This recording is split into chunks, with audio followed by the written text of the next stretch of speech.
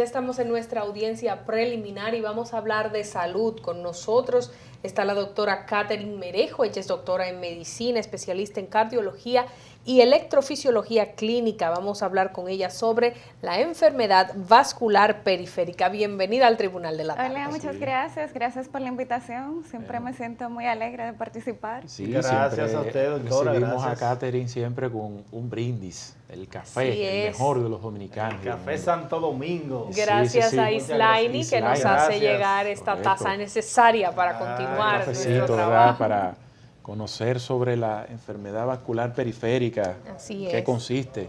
Bueno, primero brindamos este café. Sabor que empieza en el aroma. Café Santo Domingo, el mejor de los cafés. Así Doctora, es. explícanos en qué consiste esta enfermedad, que si tiene que ver con la periferia del corazón, cuáles son las arterias.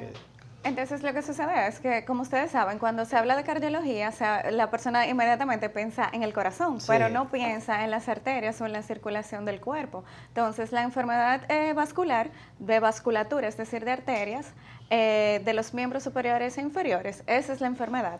Es el daño que hay en las arterias que tiene nuestro cuerpo. Muy bien. ¿Y cuáles, si pudiéramos enumerar, cuáles son esas arterias y las partes del cuerpo?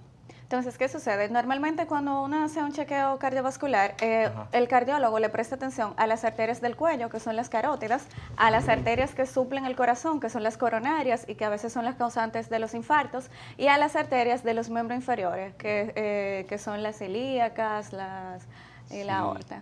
¿Cuáles son los síntomas de esta enfermedad vascular periférica? ¿Qué pasa en el paciente? Entonces, lo que sucede es que se acumula ya sea grasa o coágulos dentro de la arteria que se endurece en puntos específicos. Entonces, dependiendo de la localidad, serían los síntomas. Por ejemplo, si es en el cuello, que son las carótidas, el paciente obtiene dolor o siente que se marea, siente como que se va del lado que tiene la lesión, ya sea izquierdo o derecho. En las piernas puede sentir dolor. Si dura mucho tiempo de pie, también puede sentir que un pie se hincha de un lado y del otro no se hincha. También se le pueden hacer moretones o uno puede ver como el color que cambia. O sea, este tipo de apariciones puede ser una señal de que hay alguna arteria que está atrofiada o que tiene alguna dificultad para operar normalmente. Entonces, así como usted lo dice, esas son como las señales que el paciente percibe, que lo hacen buscar ayuda y que le hacen decirle al doctor como, mire, me duele aquí, o doctor, mire, me creció esto de este lado, o se cambió el color de la piel. Entonces, sí. Algo importante es que eso no es algo como inmediato, no es que la persona de un día para otro va a ver un cambio brusco, sino que es acumulativo, es crónico. Es decir, el paciente que ya tiene síntomas tiene varios meses o hasta años acumulando ya sea grasa o coágulos en esa área. ¿Y qué tipo de estudios pueden dar al traste con la situación o la condición de un paciente de esta naturaleza? Entonces, normalmente lo que uno hace cuando uno está sospechando de la enfermedad es que uno le manda a hacer una sonografía. Aquí, en el cuello, se le dice Doppler. Normalmente se dice Doppler carotidio porque es la arteria que vamos a investigar. En las piernas se llama Doppler de miembros inferiores. Entonces, podemos tanto investigar la arteria, que es la que tiene la sangre oxigenada, como las venas, que es la que suple. ¿La hinchazón en las piernas, si pudiera darse calambres, es sinónimo de esto? Entonces puede ser, porque el paciente no solamente aparece con un solo síntoma, porque si solamente me viene con un síntoma puedo sospechar de otras cosas. Lo que más manifiesta una enfermedad periférica es el cambio de color, el dolor, que el paciente siempre te dice que la pierna comienza a hinchar, por ejemplo, en el día está bajita y a medida que pasan las horas comienza a hincharse.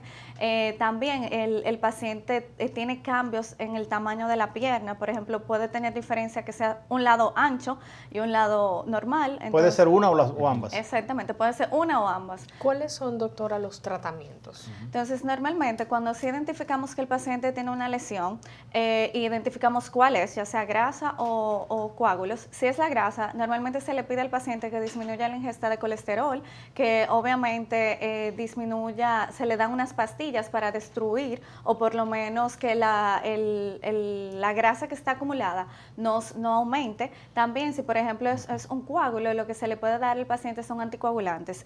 También en las piernas se puede ya sea usar una media compresiva que le va a ayudar a la circulación y también a hacer sus actividades, porque normalmente los pacientes tienen dolor. Si ya el caso es muy grave, que no se pueda tratar con medicamentos o con las medias, ya tiene que ser referido a un especialista de las arterias o vascular, que es el cirujano cardiovascular. Muy bien. Y en estos casos, por ejemplo, un paciente que le hacen una operación corazón abierto, ¿eso tiene que ver con una enfermedad vascular? Sí, lo que sucede es que tenemos unas pequeñas arterias en nuestro corazón que se llaman coronarias. Entonces, cuando estas arterias, todas, tenemos 3, que son las principales. Si todas las arterias están entupidas o no están funcionando, el paciente lo llamamos multivaso, es decir, que no tiene ningún tipo de circulación o la tiene disminuida. Entonces, en ese tipo de casos ya no podemos tratarlo con medicamentos, ni siquiera con los stents, que también es una opción. Ya tenemos que operarlo a corazón abierto para poderle hacer como una recanalización. Le creamos una circulación nueva que le supla el corazón. ¿Qué tan costoso es esto?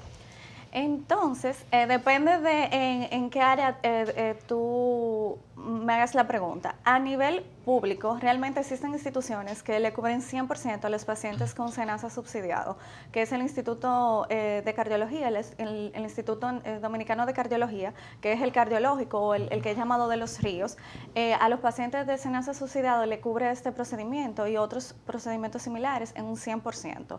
Obviamente... O sea, es una patología que está incluida en el sistema de salud. O sea, en cuanto al sistema privado, también los seguros Entonces, los seguros sí la cubren, pero obviamente no la cubren en un 100%, dependiendo de la institución o del cirujano. Sin importar el seguro, no, el plan. Si el plan es alto, obviamente, si el plan es superior y no es básico, le va a cubrir más, pero normalmente es una cirugía bastante costosa. ¿Y estos síntomas podrían disminuir en una persona que se ejercite?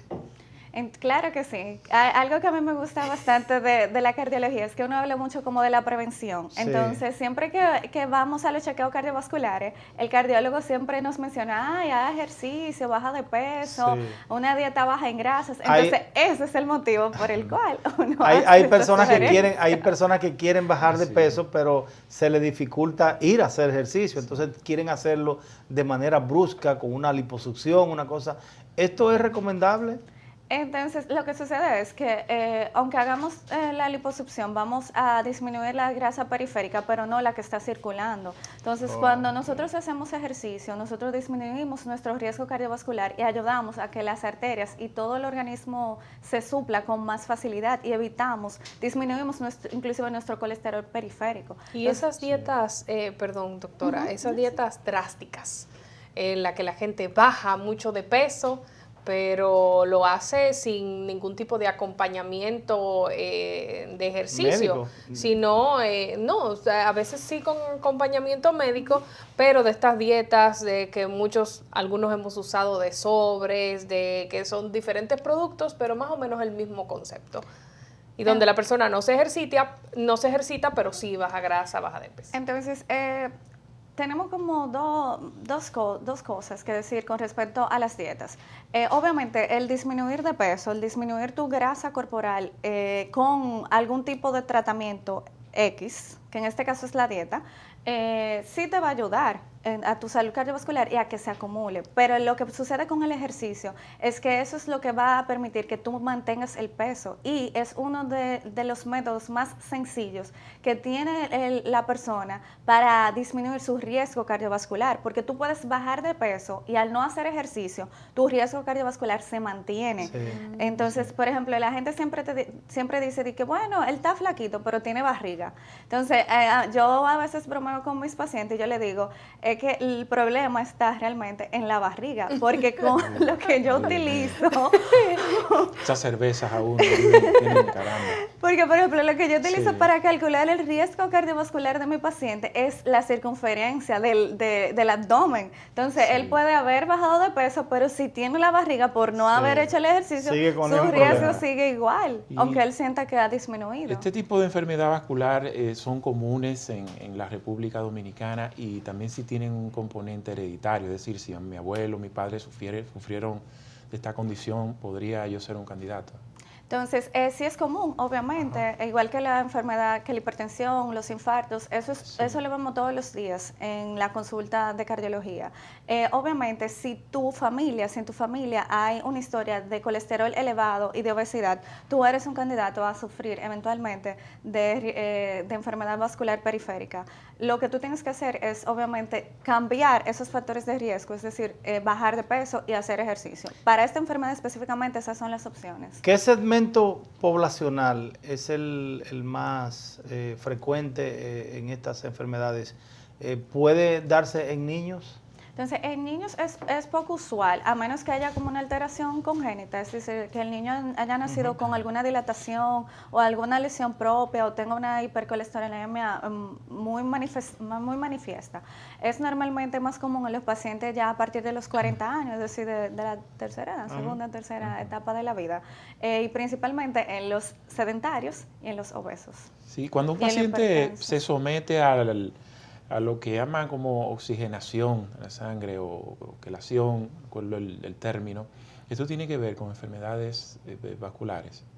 Realmente no, porque eso es como más algo de la sangre per se, Sí. como para ayudar a que la circulación se manifieste, se mejore. Sí. Entonces realmente es más como, no es la sangre lo que se afecta en esta enfermedad, sino el canal. El conducto. El Ok, conducto. muy bien. Sí, las arterias. Doctora, en el caso de las dos modalidades de esta enfermedad vascular periférica, una usted mencionaba que era ya con el tema de la obstrucción con la sangre de las venas y otra de la obstrucción con la grasa. ¿Cuál es la más frecuente y la más riesgosa de las dos? Entonces, es más común la enfermedad vascular de las arterias, pero la más peligrosa es la de las venas, porque en las venas lo que sucede es que se acumula sangre y esa sangre, al formar un coágulo, se puede ir al pulmón y le puede causar al paciente un tromboembolismo pulmonar y eso es una emergencia. O sea, una emergencia y el paciente puede fallecer. Eso es los famosos coágulos, Sí. que le sube un coágulo a la Sí. persona, que le puede llegar.